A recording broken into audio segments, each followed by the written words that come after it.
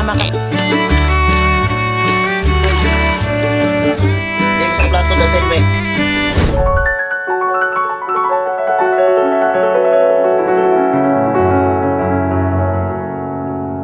Baby Francis! Yes, baby! Hi mga kalab! Ako po pala si Ulysses, ang bayot nga kay Atper Dili Iga. Ako din, Francis, ang gwapo pure news, oh. And we are the Family Love Team. At kung bago ka pa lang sa aming channel, don't forget to subscribe. So ngayon, asan tayo pupunta? Ngayon ay pupunta tayo sa fish pan para mangunguha tayo ng kahoy para gagamitin sa ating pig.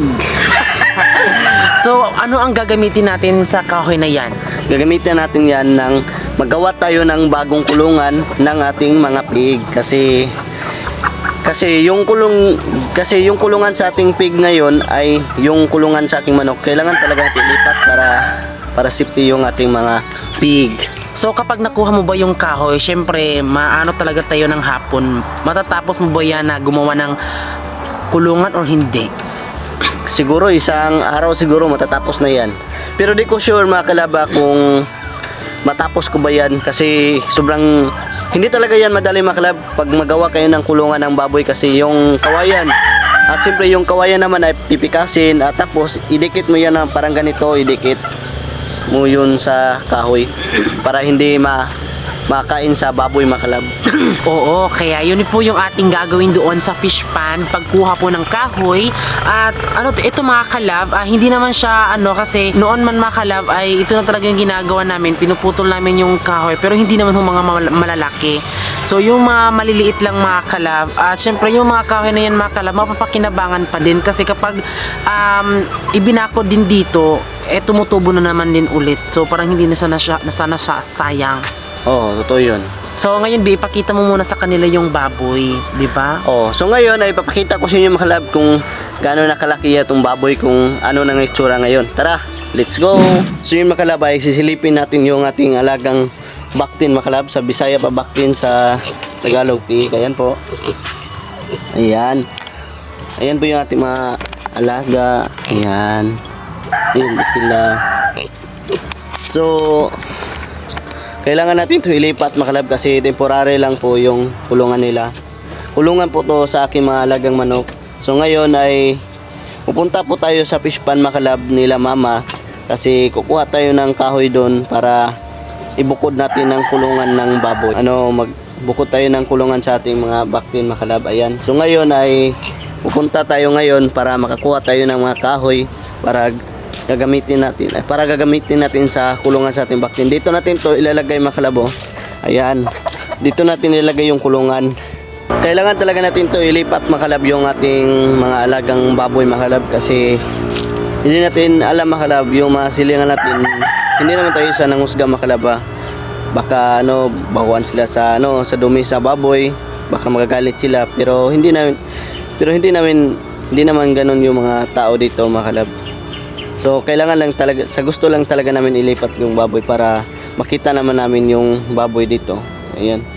So ngayon ay pupunta na tayo sa fish pan mga kalab at siyempre yung kasama natin mga kalab ay Diesel. Hi mga kalab. At si Kulot. At siyempre yung sasakyan natin yung bangka. Ayan po yung pambot namin. Ito yung sasakyan namin mga kalab, yung aming bangka.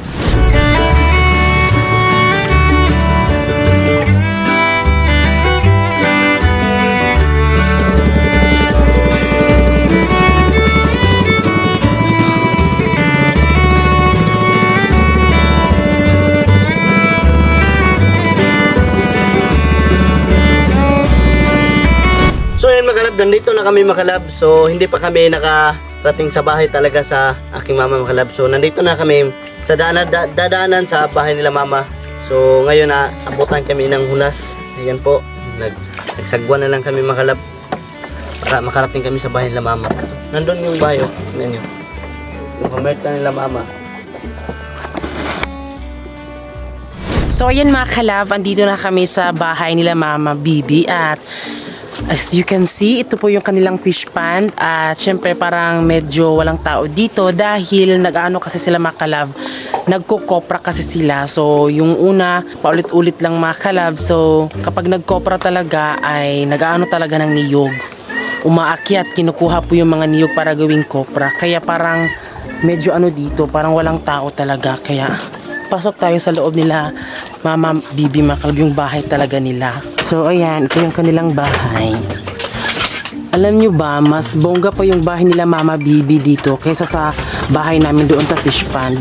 Kasi may pa first floor. Yan, ito yung kanilang bahay. Ito yung kanilang mini sala. Yan, so walang tao dito mga kalab.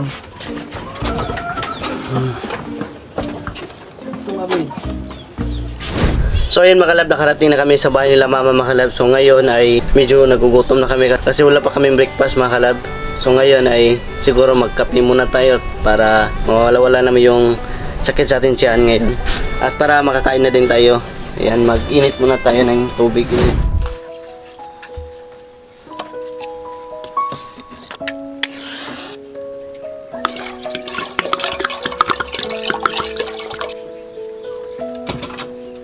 Ayan po. Ayan po si Mama. Nagbagos po sila ng walis tingting makalab para gagawing silhig. Parang gagawing ganito. Pang ganito sa sahig. Hi Makalab!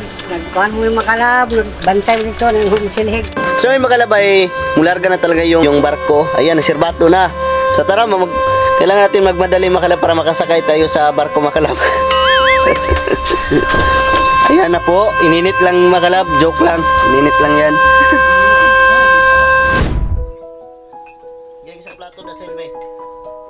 So makalab, timing talaga makalab, panibagong pagkain to makalab. So ngayon ay timing talaga kasi mayroong ulam sila mama dito, nakapunta kami pero kami dito wala pa kaming dalang ulam. Pero so na tayong magdadala kasi wala tayong pambili ngayon. So ngayon timing, meron tayong ulam na isda, meron tayong paksiw, at meron tayong adobo. At siyempre, hindi din malilimutan yung kape. At si Giselle. Hi mga kalabs! Si Kulot. Ako din. Sige na, kakain na tayo.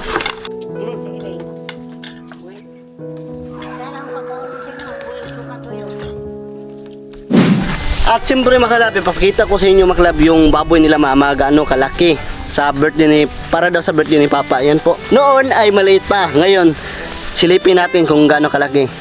Try, Bi, silipin. Tcharan! Ayan na, bla. Uy, po na eh. Wala pa nakabuhan. 3 months pa po yan mga kalab. Diba? Ayun na po siya mga kalab. Sobrang laki na. At yung kulungan niya mga kalab nung biik pa siya ay ganoon pa din sa ngayon mga kalab. Hindi binago. Diba? Kasi ano siya, malaki na siya mga kalab. Yan na siya oh. Tayo eh. So, ano ba yung gagawin natin kulungan B? Parang ganyan ba? Ganito lang kalaki yung ating silungan. Ayan. Ano lang. Yung sukat. Lo, sobrang laki na niya B. Okay. O, ngayong February pa yan mga kalab. Ihahanda po sa birthday po ni Papa Carlo. Kaya ayan, nakita na natin mga kalab. Ayan po, yung kulungan po ng baboy. So yan po yung ating gagawin mga kalab para mas umano mga kalab din. Tingnan nyo, kaya po siya madaling lumaki po yung baboy mga kalab kasi yung space kasi sa kulungan ay hindi siya masyadong malaki, maliit lang siya para kain tulog lang siya, o diba?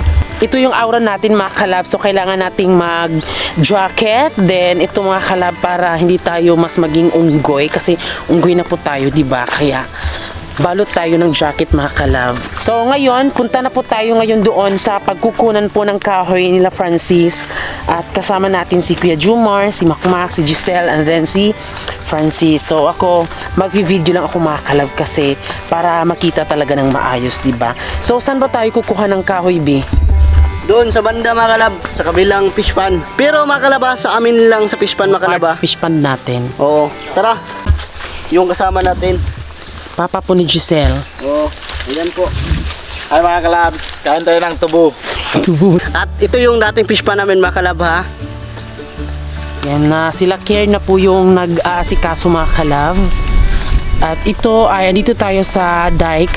So ito po yung fish pan nila Care at ito po yung ila Mama Bibi. So dito tayo sa part mga kalab. So ayan po, may mga niyog po dahil magkukopra po ulit sila Mama mga kalab. Yan.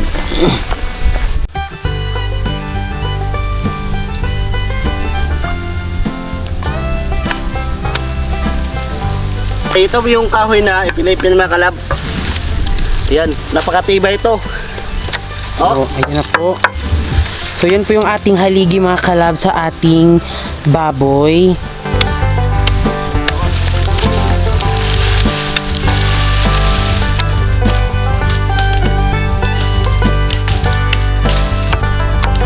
si Papa po yung nagtanim po ng ipilipil mga kalab para kung may kukuha kaming kahoy, dito kami kukuha. Ganito na yung mga tinanim niya, malaki na. So, dito kami kukuha ng kahoy. Oo, tapos di ba, Bi, nagagamit din yan kapag gumawa ng ganggangan. Oo, ito. Ito yung Oo, gagamit. yun yung ginagamit namin mga Oo. kalab. Gagawa kayo ng ganggangan.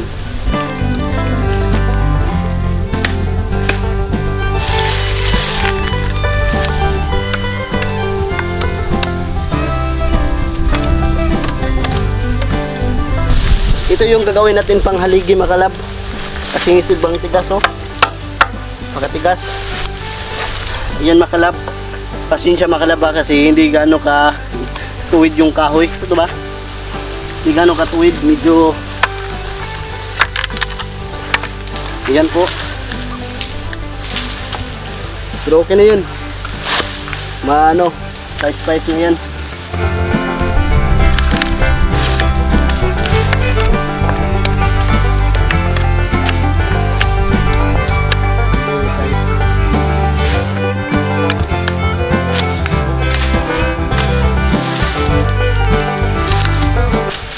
So, ito na po yung mga ipil-ipil mga kalab na kahoy. So, ito, bagay na bagay talaga na pwede siyang gawing haligi ng aming baboy.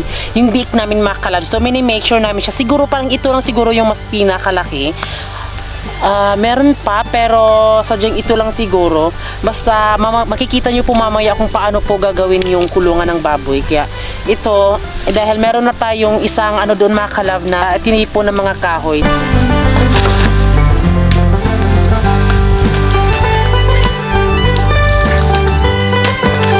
At alam nyo ba mga kalab, ito, parang hindi din siya masasayang mga kalab. Kasi pag ito, binakod namin siya, like pareho doon sa bahay namin.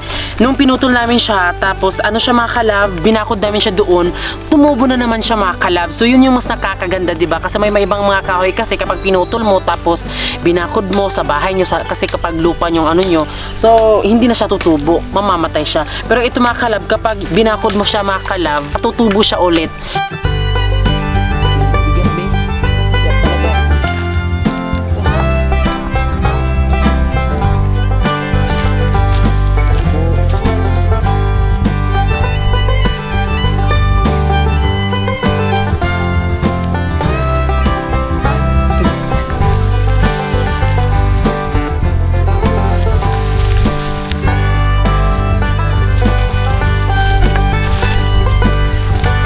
Hindi talaga basta-basta makalab kapag maggawa kayo ng bagong kulungan ng mga baboy ninyo mga kalab.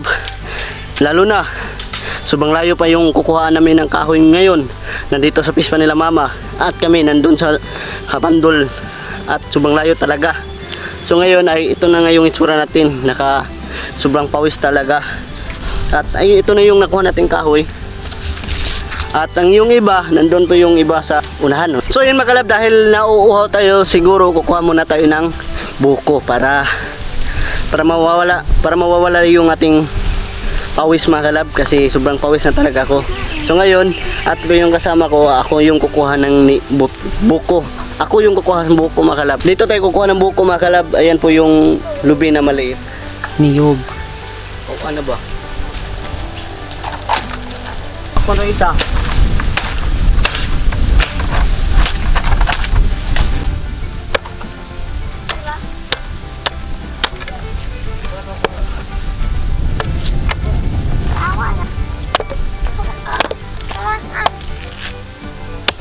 Wow, nakapunto.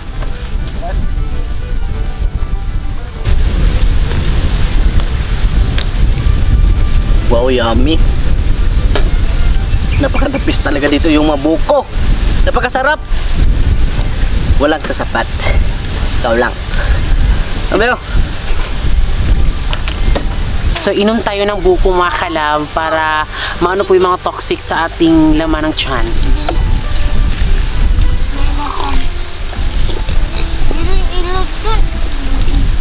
Yun po mga kalab ay tapos na pong kumuha si Francis ng kahoy para kulungan po sa ating baboy. So ngayon po mga kalab ay uuwi na po tayo doon sa bandol para gagawa na po ng kulungan ng baboy.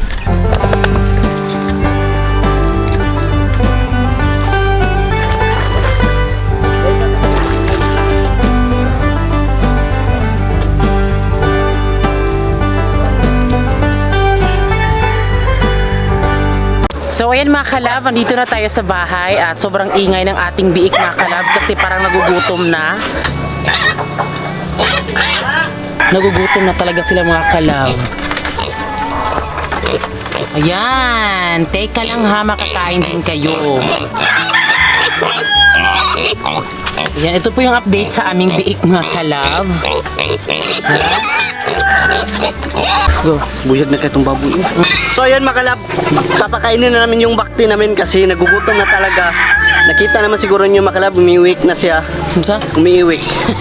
Kaya, Biik yan, bi. biik yan eh. Oh, ayan. So, papakainin na po namin yung aming mga biik mga kalab kasi nagugutom na talaga sila. Labi. Sige lang. Abi, hawak. Ay, kutsaran ka. Pwede mo naman ba? Ako yung nag-iwandaan. Migo mo yung baboy.